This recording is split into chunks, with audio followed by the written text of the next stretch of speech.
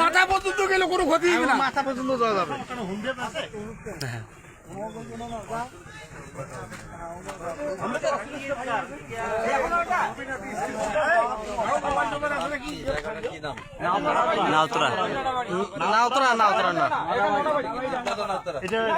এইদিকে ডিমলে ওইদিকে নাউতরা, মাঝখানে নদী,